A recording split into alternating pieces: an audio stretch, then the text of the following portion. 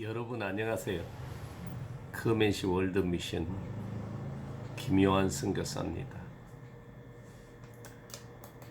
오늘은 이사야서 42장 1절에서 4절에 있는 말씀을 가지고 하나님이 붙드시는 종을 보라 하는 제목으로 동영상 방송을 한번 만들어 보았습니다. 1절을 제가 읽습니다. 내가 붙드는 나의 종, 내 마음에 기뻐하는 자, 곧 내가 택한 사람을 보라. 내가 나의 영을 그에게 주었은즉 그가 이방에 정의를 베풀리라.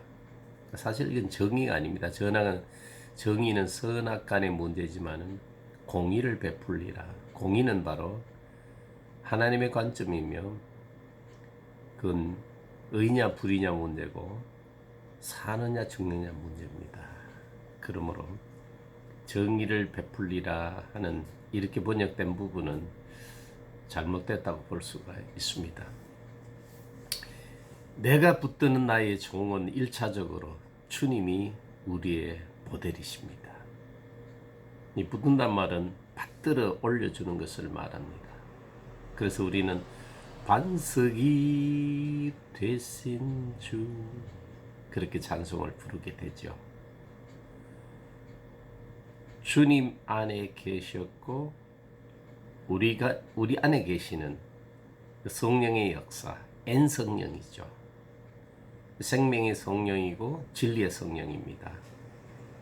생명과 함께 하시면 생명의 성령이고 진리를 통해서 그리스도와 하나 되게 하시고 하나님을 우리에게 나타내시는 성령이실 때는 우리는 진리의 성령.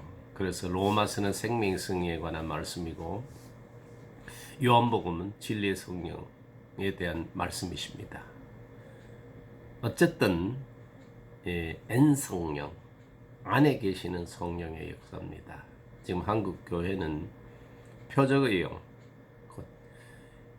에피 성령의 역사를 그만 그게 성령의 전부인 것처럼 받아들이는 그 안타까움이 있는데,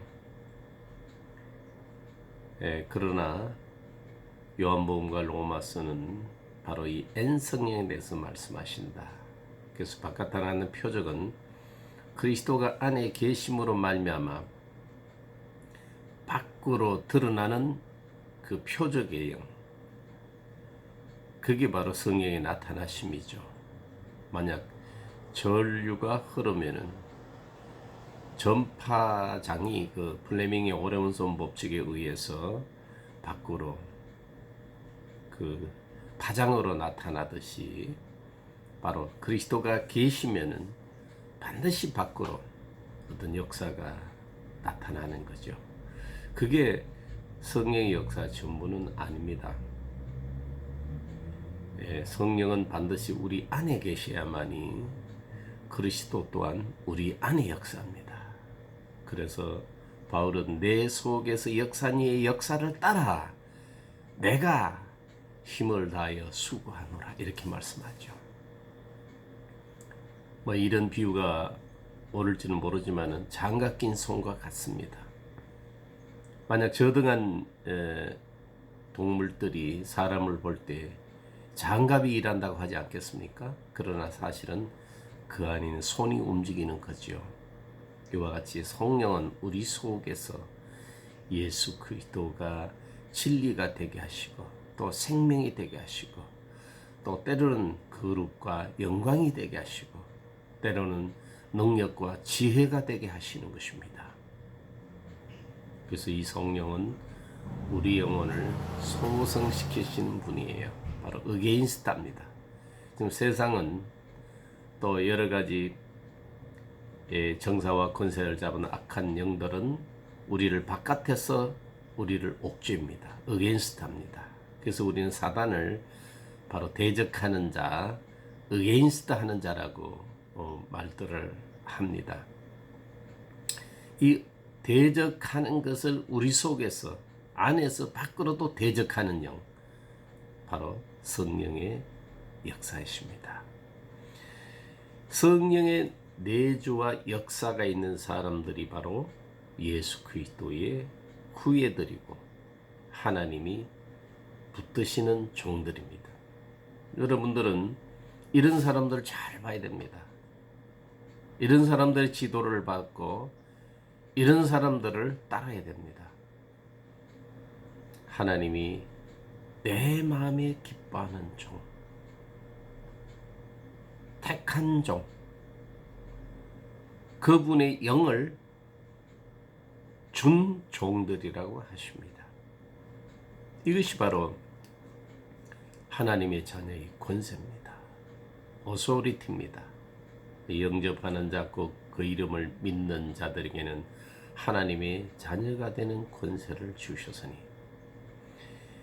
예수가 그리스도시고 그리스도를 모시고 보니 이분이 바로 하나님의 아들이며 하나님이시며 바로 In the beginning was the word 하시는 바로 그 말씀, 호로고스 그 말씀이 육신이 되어 이 땅에 오셔서 십자가에 죽으시고 다시 사심으로 말미암아 아담 안에 있던 우리 죄를 깨끗하게 청산하시고 아담 안에 있던 우리들을 송두리째 예수 그리스도로 옮겨 놓으시고 나 여기 있노라 나 여기 있노라 복음을 통해서 그분이 우리 안에 계신 것을 알게 하시는 그분이 바로 말씀이시다는 겁니다. 이 말씀을 받고 보니 이제 하나님의 자녀의 자격을 얻게 돼서 하나님이 내 기뻐하는 종이다. 내가 택한 종이다. 내 영을 준 종이라고 말씀하시는 것입니다. 그러므로 우리는 예수 그리스도로 말미암아 하나님의 상속자가 됐을 뿐만 아니라 바울처럼 예수 그리스도의 종이 된 것입니다.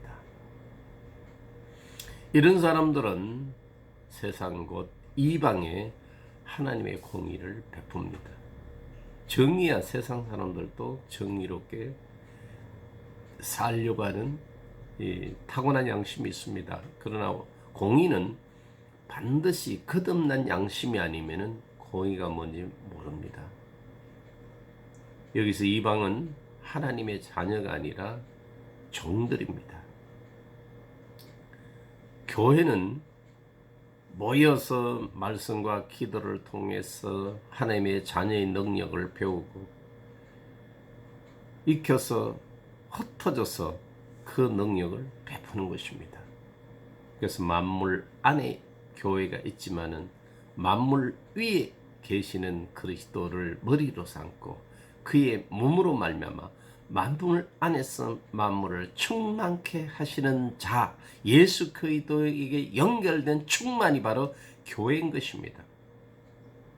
그러므로 부디 예수 그리스도의 대속의 은총을 항상 양식과 물과 같이 먹고 마심으로 말미암아 성령께서 역사할 수 있는 의가 여러분 안에 늘 충만하길 바랍니다. 복음에는 하나님의 의가 나타나서 믿음으로 말미암아 믿음에 이르게 하나니 그 의가 나타나면 하나님은 반드시 그 의를 앞서서 역사하기 때문에 성령이 역사하시는 것입니다. 성령이 나를 붙드시는 것입니다.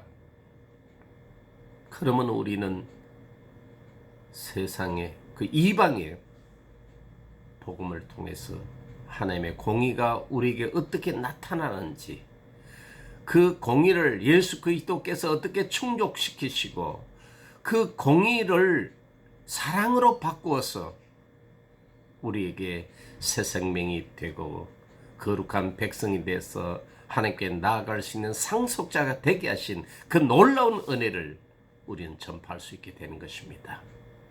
그게 바로 성령이 너희에게 임하시면 너희가 권능을 얻고 예루살렘과 유대와 사마리아에 이르 땅끝까지 이르러 내 증인이 되리라.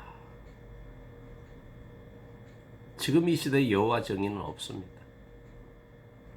성령을 통해서 예수 그리스도를 모신 바로 예수 그리스도의 증인들만 있을 뿐입니다. 그 다음에 2절 그는 외치지 아니하며 목소리를 높이지 아니하며 그 소리를 거리에 들리게 하지 아니하며. 뭐 이런 사람은 떠들 필요가 없습니다. 성령의 사람은 떠들지 않습니다.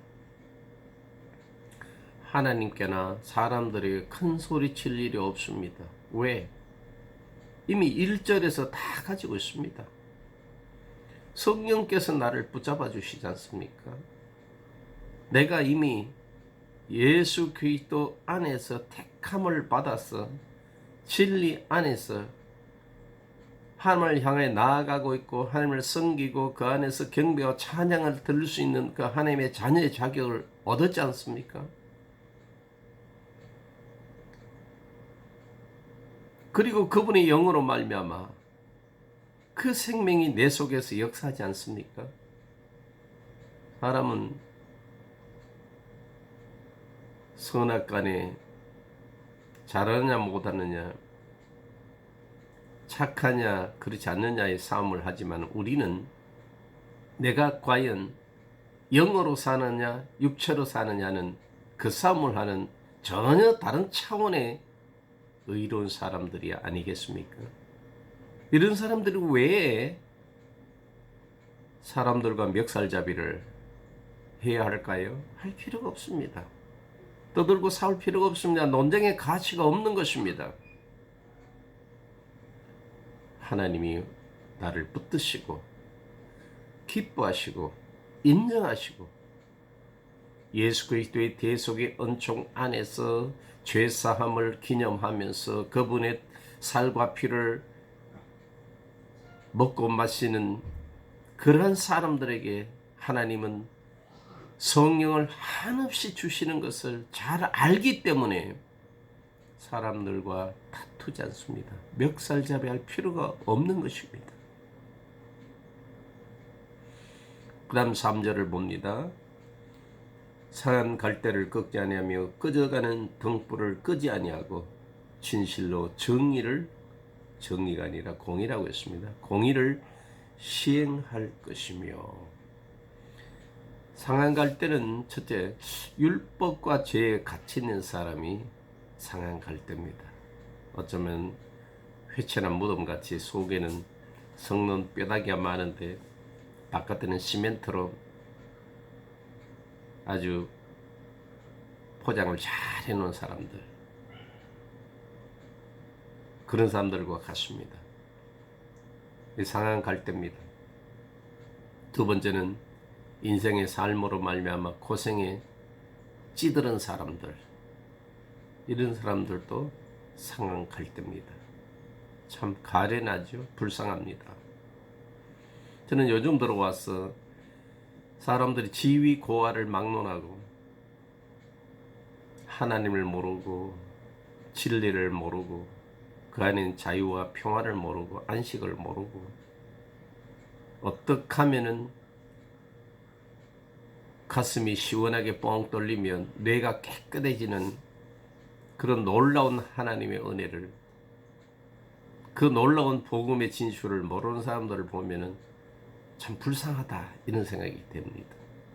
분명히 예수 그리스도께서 사도로서 우리에게 오셔서 우리와 하나가 되고 또 우리의 대제사장이 되어서 우리를 하나님과 하나 되게 하시는 이 길을 열어두셨는데, 분명히 우리가 이 찬송을 우리가 이렇게 부르지 않습니까? 나를 사랑하시고 나의 죄를 다 씻어 하늘 문을 여시고 들어가게 하시네.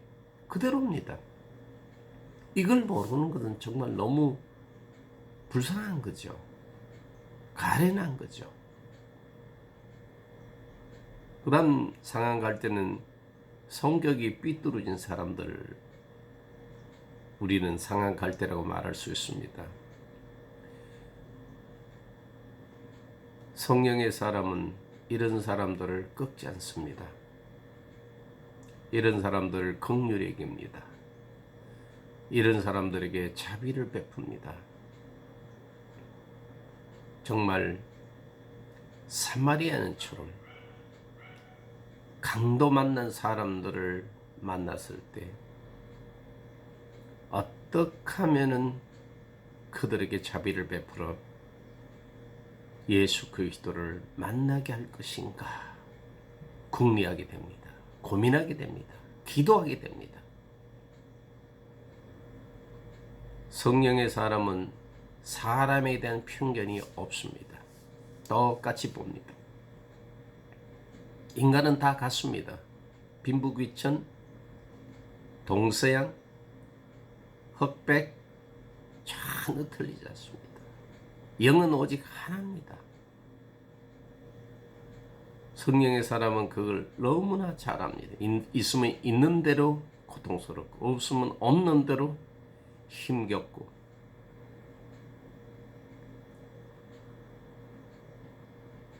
어떻게 하든 사람을 보면은 저 사람이 하나님과 화평하고 있는가,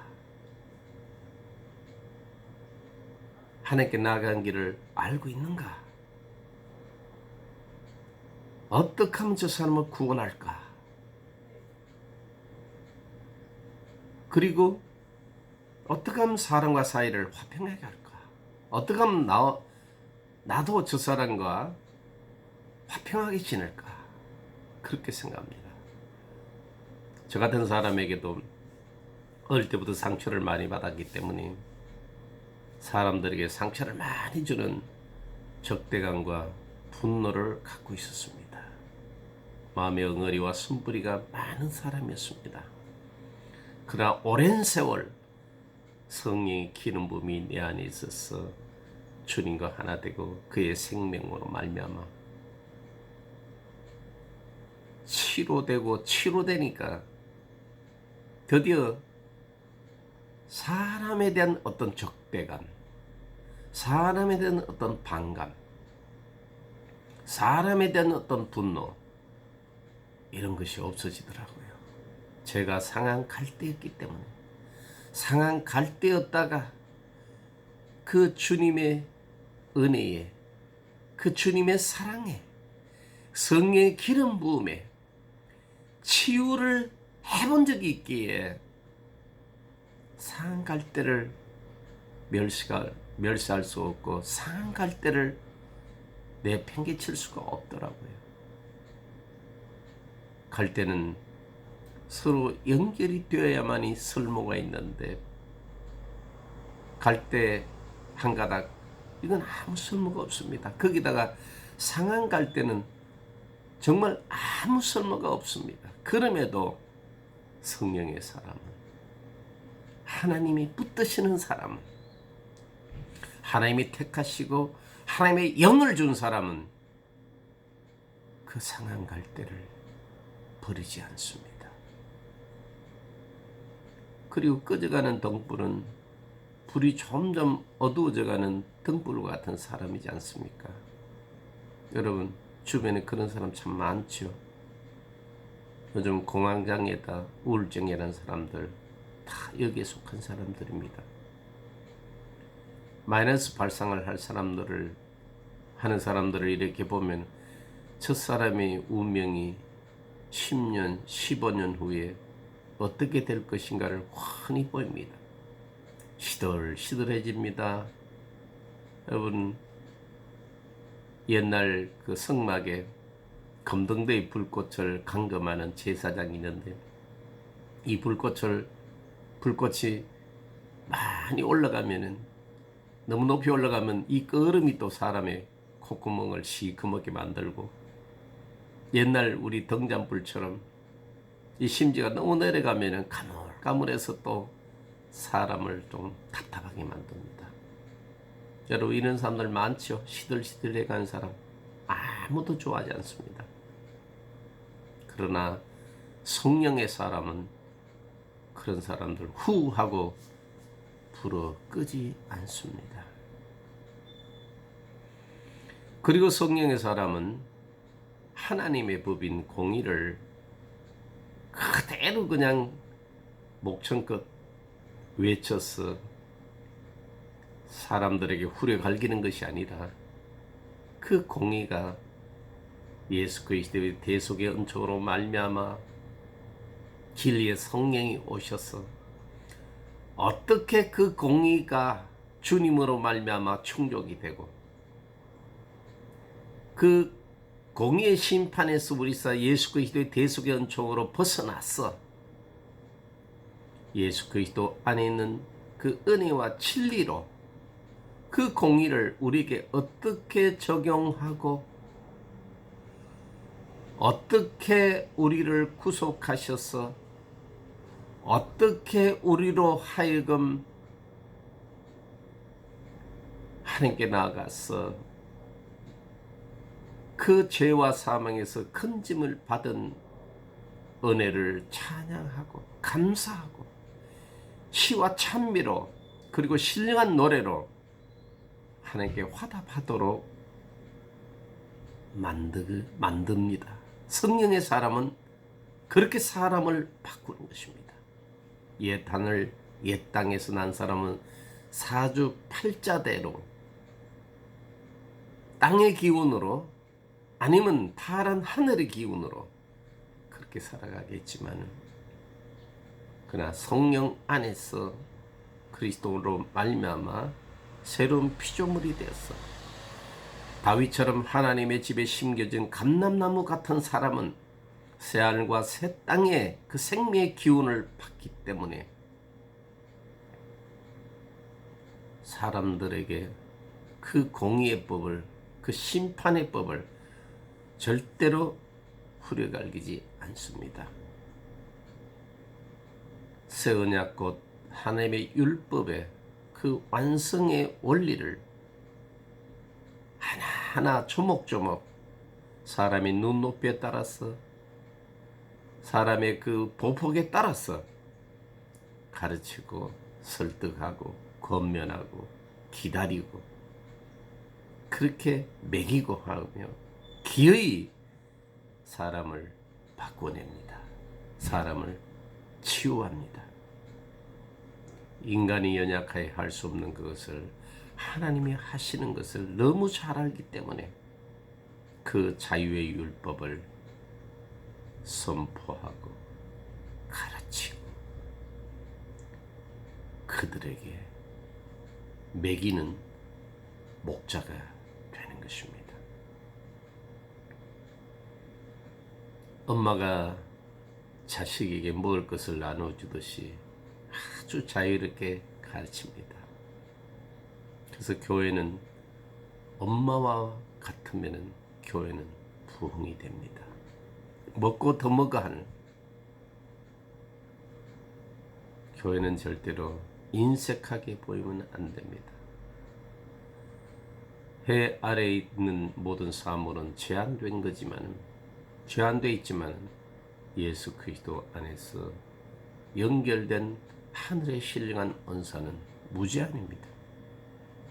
우리는 요한하지만 예수 그리스도 안에 우리에게 나타나시는 하나님의 능력과 영광은 무한하십니다. 여러분, 인색하지 마세요. 사람에게 여러분의 자비를, 여러분의 손길을 인색하게 사용하지 마세요. 사람들이 새 언약 곧 예수 그리스도와 하나가 되는 일을 왜 그리 무거운 멍해처럼 생각하는지 참 기이한 일입니다. 그게 바로 에덴 동산부터 있었던 죄성이에요. 스스로 하나님이 되고 스스로 왕이 되고 스스로 성취한다면 길길이 뛰고 자기 돈을 써가면서도 그렇게 난리를 치다가도 너는 아무것도 할 수 없어. 예수 그리스도와 함께 세례를 받아. 이미 옛사람은 그리스도와 함께 장사되고 없는 거야. 그리스도밖에 없는 거야. 너는 네가 아니고 바로 너 안에 계신 그리스도가 너의 주인이라고 하면은 아주 기분 나쁘게 생각합니다.